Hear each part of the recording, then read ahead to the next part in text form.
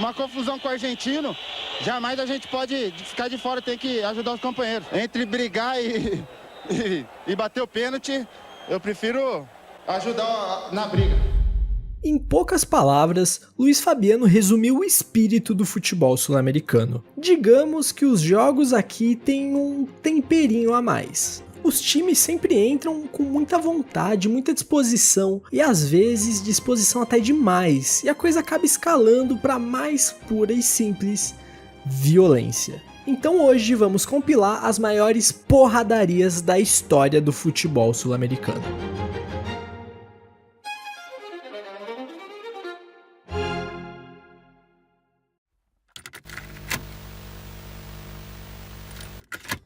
São Paulo e River Plate faziam uma das semifinais da Copa Sul-Americana de 2003, até então a segunda edição da história do torneio. O jogo de ida em Buenos Aires terminou com vantagem para os donos da casa, 3-1. O São Paulo tinha a indigesta missão de reverter esse placar para avançar de fase. Jogando contra o tempo, o tricolor só conseguiu botar a primeira bola para dentro com 23 do segundo tempo. Rogério Ceni cobrou falta por baixo da barreira e a bola sobrou para Rico empurrar para o fundo do gol. E foi aí que começou a baixaria.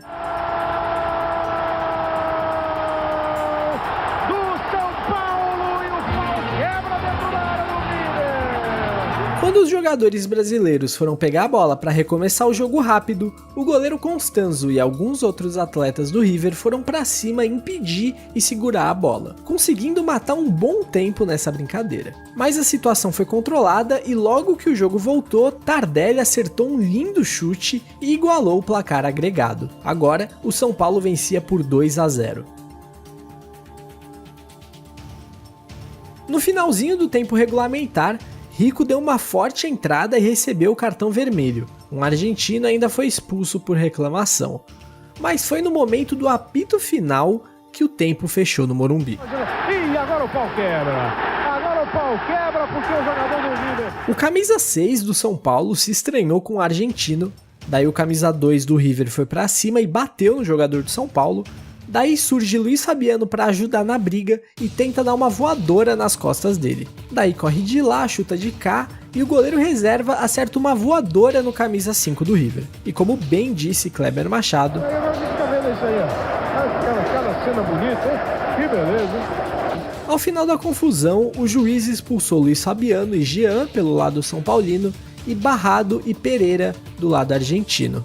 O problema é que o jogo ainda não tinha acabado, teríamos a disputa de pênaltis, e Luiz Fabiano era o batedor de pênalti oficial do São Paulo. E é aí que ele dá aquela famosa entrevista saindo do campo. Uma confusão com o argentino, jamais a gente pode ficar de fora, tem que ajudar os companheiros. Eu sou o batedor oficial, tô de fora, infelizmente, mas entre brigar e bater o pênalti, eu prefiro ajudar na briga. Pro azar do São Paulo, Souza e Lugano desperdiçaram suas cobranças e o tricolor acabou eliminado por 4-2 nos penais. O River avançou para a decisão, onde teve pela frente o Cienciano de Cusco e, por incrível que pareça, perdeu para a equipe peruana por 4-3 no agregado, em um dos títulos mais surpreendentes do futebol sul-americano.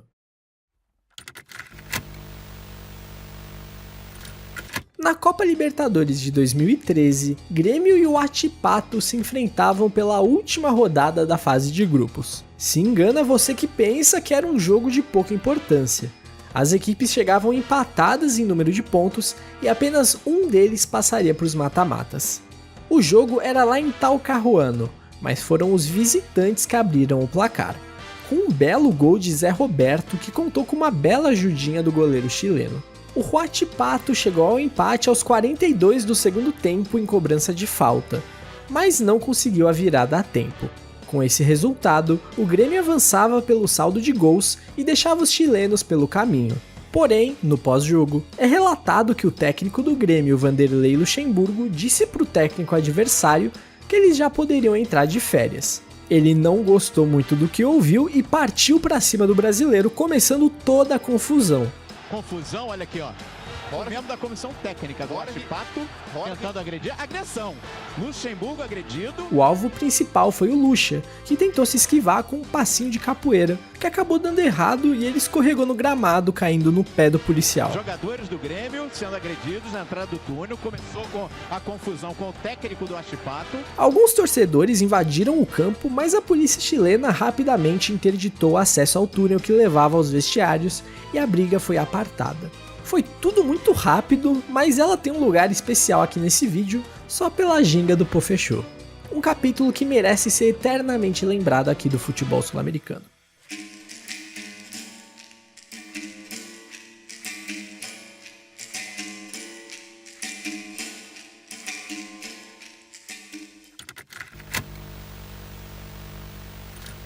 Na edição de 2010 da Copa Libertadores, o atual campeão Estudiantes enfrentava o Internacional de Porto Alegre nas quartas de final. Os brasileiros conseguiram uma suada vitória no Beira-Rio com um gol aos 43 do segundo tempo e viajavam para a Argentina com a vantagem do placar magro. Porém, logo aos 20 minutos, o Estudiantes conseguiu empatar o confronto e aos 22 tomou a liderança com um golaço de Enzo Pérez. Esse resultado dava a vaga à equipe de La Plata. E quando tudo já parecia resolvido e a torcida argentina comemorava, aos 43 minutos do segundo tempo, Giuliano surge em meio à fumaça dos sinalizadores e marca o gol que coloca o Inter nas semifinais pelo critério do gol fora. O jogo logo se encerra e de forma heróica o Inter derruba os campeões da América. Nesse momento começa uma confusão entre Abondanzieri, goleiro do Inter, e o zagueiro Leandro de Sábato do Estudiantes. O goleiro reserva do Inter, Lauro, ainda chega por trás e agride de Sábato, que corre atrás de Abondanzieri e dá uma cabeçada. Que coisa triste, Lino. Olha o que está acontecendo. E tá cheio de gente que não tinha. E o de Sábato agora deu o revide ali no Abondanzieri. Enquanto isso, o couro comia também lá na entrada dos vestiários. Os jogadores do Inter que conseguiam corriam para dentro. E alguém ali caiu no chão e não deve ter conseguido esquecer essa briga tão cedo. Abondanzieri já era muito experiente e jogou a vida inteira no futebol argentino. O outro pivô dessa confusão era Leandro de Sábato, que anos antes, em 2005, em um jogo contra o São Paulo no Morumbi, vestindo a camisa do Quilmes, ficou 2 dias preso por ter sido racista com o atacante Grafite. A imagem mostra de Sábato chamando o Grafite de negrito. Está comigo, vai até a delegacia. Que motivo? Por motivo de racismo. Racismo? Racismo. Não. Então podemos passar um pano legal para a atitude do goleiro Lauro. Ele foi herói nessa. Como já dito, o Inter passou de fase, mas a participação dele nesse vídeo não acaba por aqui. Então vamos retomar sua campanha daqui 5 segundos. Após passar pelo Estudiantes, o Inter bateu o São Paulo nas semifinais para decidir o título contra o mexicano Chivas Guadalajara. No jogo de ida, o Inter começou atrás no marcador, mas conseguiu virar o jogo e se colocou em vantagem para decidir o título em casa. O jogo no Beira-Rio já começou com um clima hostil, pois logo na execução do hino brasileiro, o atacante mexicano Bautista saiu da fila e começou a aquecer. Isso porque o hino mexicano foi cortado de forma abrupta, e o atacante decidiu tomar essa atitude em protesto. Assim como foi na ida, o Chivas que tirou o 0 do placar, mas o time brasileiro era mais forte e no segundo tempo empatou, virou e ainda fez o terceiro, praticamente sacramentando o título. O Chivas até descontou no último lance da partida, mas de nada adiantou. O Inter era campeão da Libertadores com 5-3 no agregado. E com o hino colorado já de fundo, Galvão Bueno começou a narrar as cenas lamentáveis que passaram a acontecer. O Inter faz a festa. Os jogadores mexicanos querem confusão por ali. Os jogadores do Inter querem se abraçar. E o Reynoso foi arrumar confusão lá no meio. Que coisa feia. Que coisa feia. Destaque para o zagueiro índio, que foi para cima de 5 mexicanos e saiu relativamente ileso. Bautista, aquele lá da confusão do hino, chegou a se armar de uma muleta para partir para cima dos colorados. Existem diversas versões para o motivo que originou toda essa confusão. Uma delas diz que um jogador do Chivas se ajoelhou com as mãos no rosto, triste pela derrota, Só que o capitão do time, o zagueiro Reynoso, achou que ele tinha sido agredido por um torcedor colorado, o que o fez partir para cima e começar tudo isso. Outra versão diz que algum torcedor colorado, depois de invadir o campo, xingou os jogadores do Chivas. Foi por isso que Reynoso, de cabeça quente, partiu para cima. Mas todas as versões envolvem o zagueiro Reynoso, que é o mesmo que, abre aspas, na Libertadores do ano passado, em 29 de maio, o zagueiro tossiu e espirrou no rosto do argentino Penco nos acréscimos do empate por 1-1 com o Everton do Chile. Naquele momento, o México era assolado pela epidemia de gripe suína.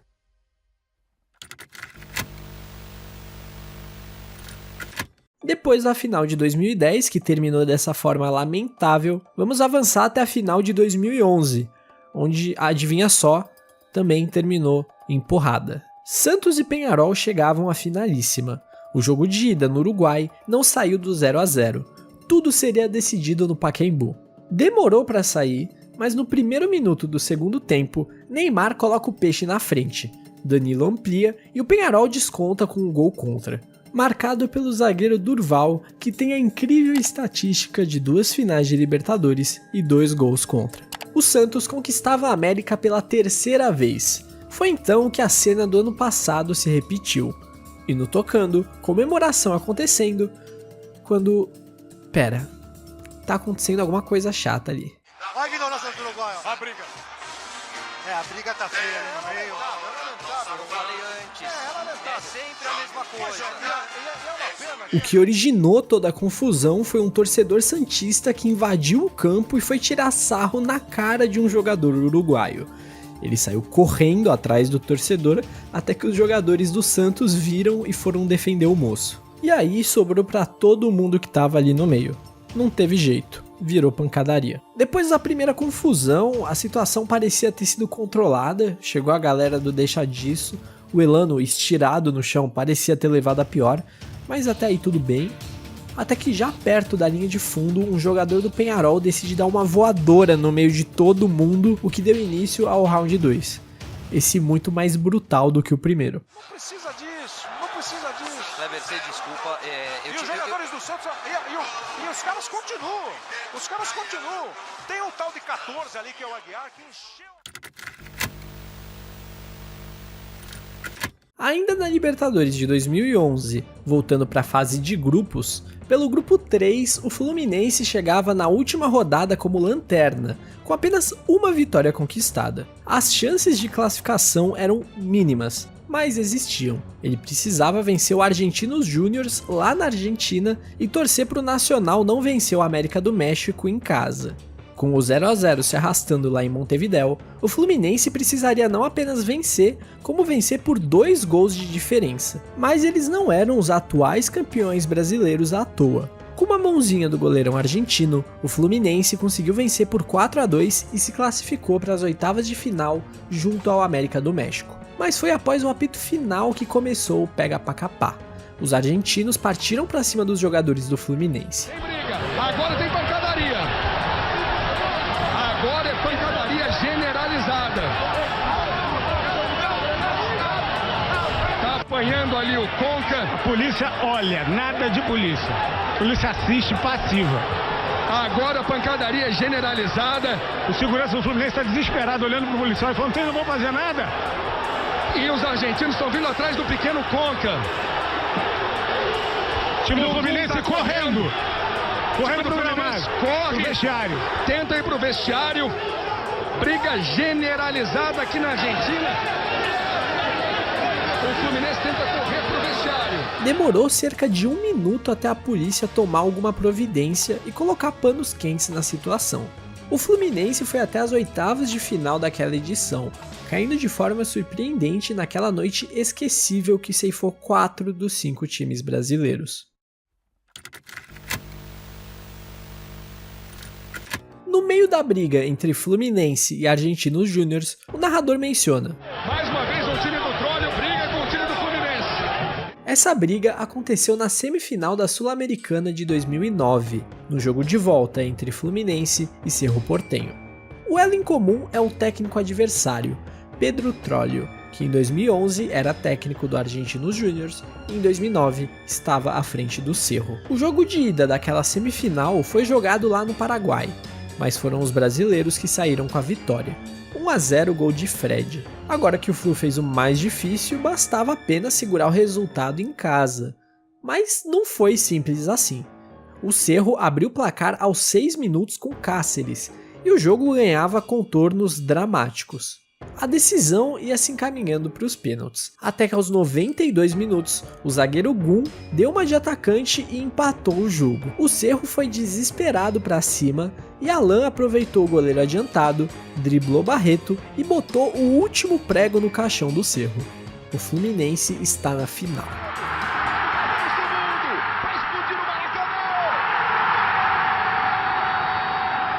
Mas foi durante a comemoração do gol que começou uma briga generalizada próximo ao banco do Cerro.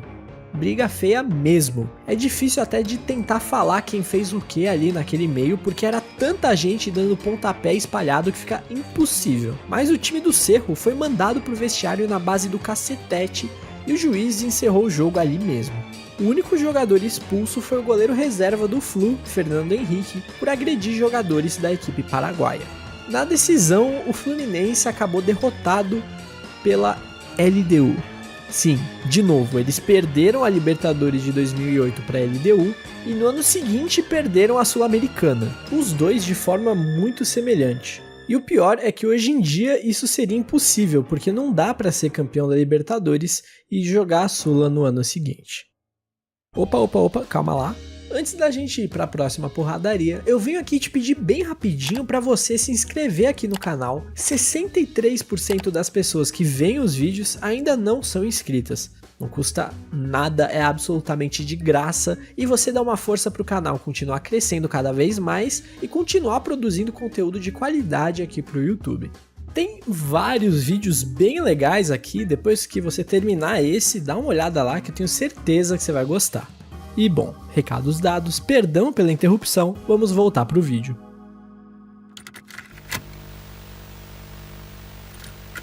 Três anos antes, dessa vez na fase de grupos, o Cerro Porteño novamente marcava presença. O clube paraguaio entrava em campo praticamente eliminado.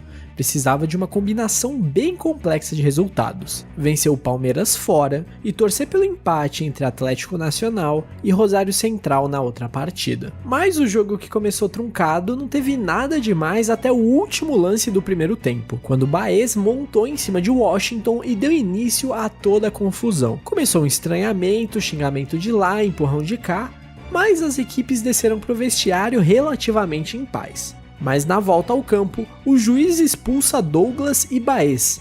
Então Baez se descontrola e dá um empurrão em Douglas. Isso foi o estopim.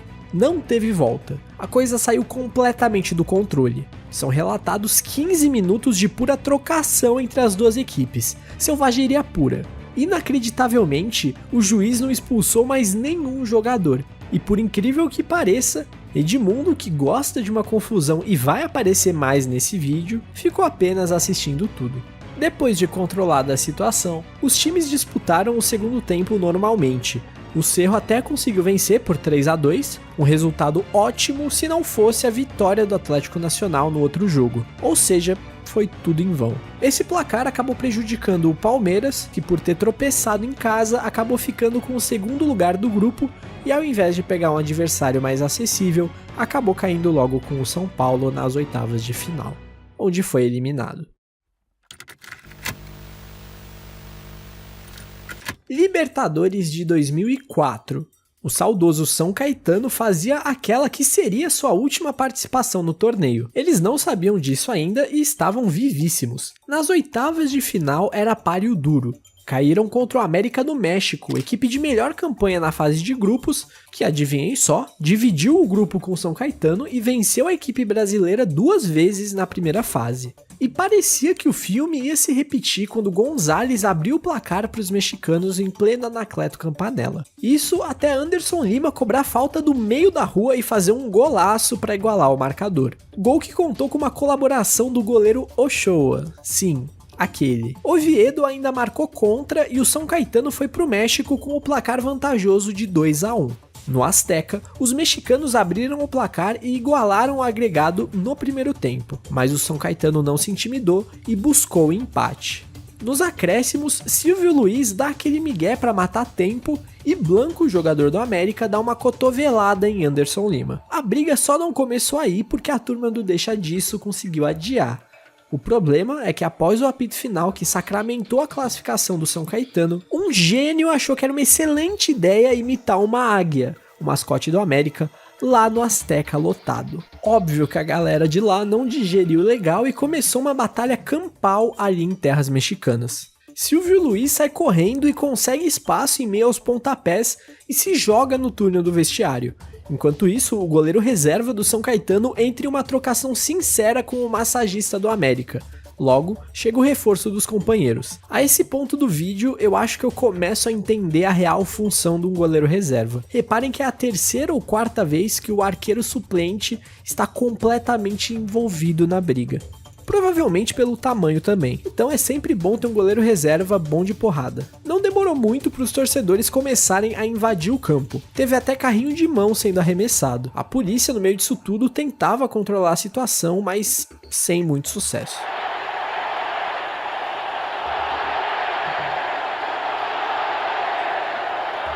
Depois de quase 10 minutos de guerra, os jogadores do São Caetano conseguem sair correndo para o vestiário. O saldo foi de apenas 10 feridos, não sei como, e 7 detidos. Depois de voltar vivo dessa aventura em terras mexicanas, o São Caetano teve pela frente o Boca Juniors, e infelizmente acabou sucumbindo nos pênaltis após 2 empates. O Boca, que foi finalista daquela edição contra o possante Once Caldas.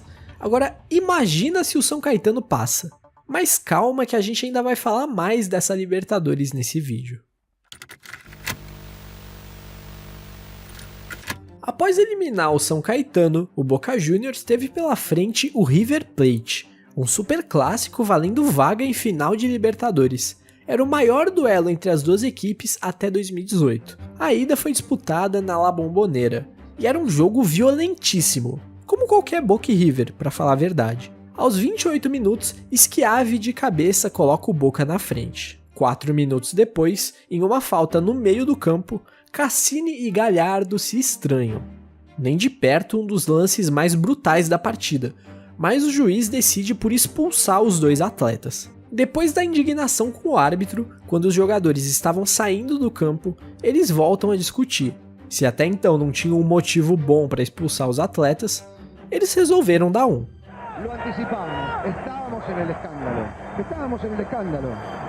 Jogadores de Boca e River começam a se empurrar e trocar xingamentos. Abondanzieri, o goleiro do Boca, foi quem levou a pior. Amélie puxou seu cabelo enquanto o Galhardo, já expulso, o arranhou no rosto. Logo depois é possível ver os dois agarrados novamente ali fora do bolinho. Isso tudo até o camisa 1 ser afastado pelo goleiro do River, Lux, que não tem nada a ver com a marca de sabonete, importante frisar. Nesse momento, a câmera mostra o preparador físico do River estirado no chão, com um ferimento nos olhos.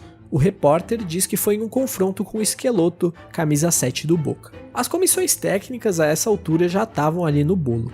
Logo entra a polícia para tentar controlar a situação, que já tinha saído de controle há muito tempo. Galhardo é então retirado do campo de jogo pelas autoridades argentinas. Abondanzieri, que já tinha sido mencionado anteriormente nesse vídeo, saiu com o rosto sangrando depois do arranhão de Galhardo.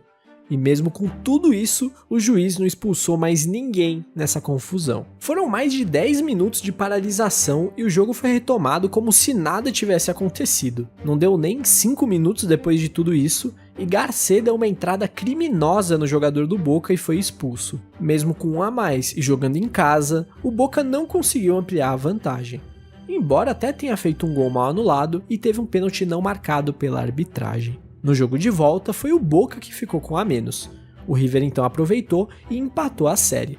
Depois de mais uma expulsão, dessa vez do lado do River, Tevez recoloca o Boca à frente aos 89 minutos. Na comemoração ele imita uma galinha e é expulso. Logo no minuto seguinte, o River vai pro tudo ou nada e consegue o gol que levava a disputa para os pênaltis.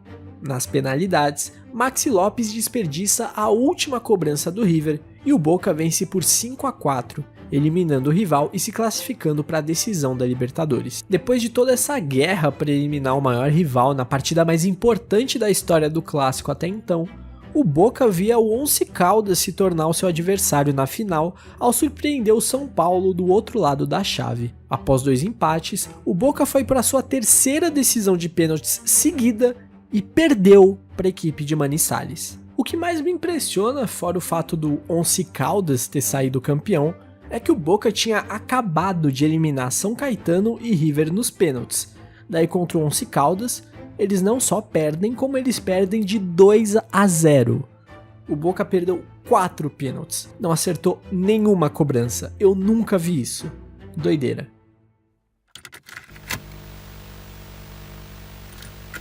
Vamos voltar alguns anos até 1991, quando Colo-Colo e Boca Juniors jogavam valendo uma vaga na final da Libertadores, título nunca conquistado até então por um clube chileno. O jogo de ida na Argentina foi vencido pelo Boca por 1-0. Uma semana depois, o Colo-Colo precisava vencer por 2 gols de diferença para ir à decisão. Jogo esse que ficou conhecido como a Batalha de Macul.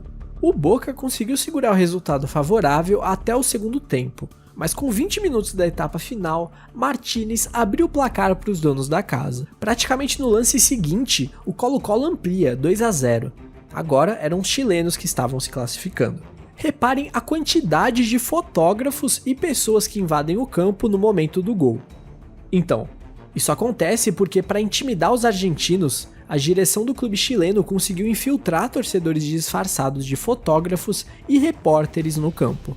Aos 74, o Boca chega a fazer o gol de desconto, mas faltando 8 minutos para o fim do jogo, Martínez aparece de novo para sacramentar a classificação do Colo-Colo à final.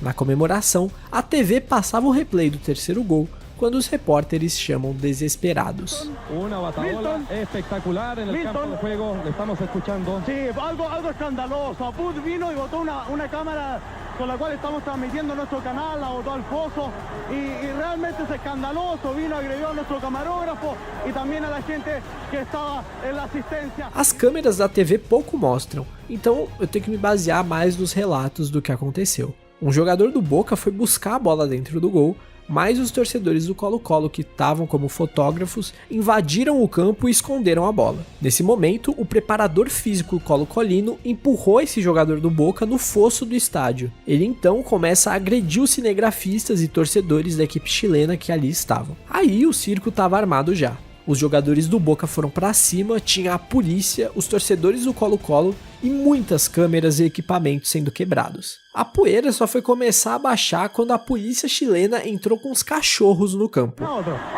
Esto é uma barbaridade o que estamos vendo. Um deles, inclusive, chegou a morder o glúteo direito do goleiro do Boca, Navarro Montoya. Esse cachorro, chamado Ron, acabou virando um símbolo pro Colo-Colo, ganhando até carteirinha de sócio do clube. Depois de mais de 10 minutos do jogo paralisado, a Batalha de Macul foi encerrada com o Colo-Colo se classificando para a decisão da Copa Libertadores de 1991. O seu adversário na final foi o Olímpia do Paraguai, e fazendo resultado em casa novamente, o clube chileno foi pela primeira e única vez campeão da Copa Libertadores, sendo também o único de seu país a conseguir tal feito. Como você deve ter notado, briga é uma coisa que não falta aqui na América do Sul. Você com certeza deve estar aí lembrando de várias que ainda não apareceram por aqui. Mas fica tranquilo que elas não serão ignoradas. Para não deixar nada de fora e falar de todas com a devida atenção, eu vou quebrar esse vídeo em 2 partes. Então comenta aí embaixo qual briga que não pode faltar na parte 2.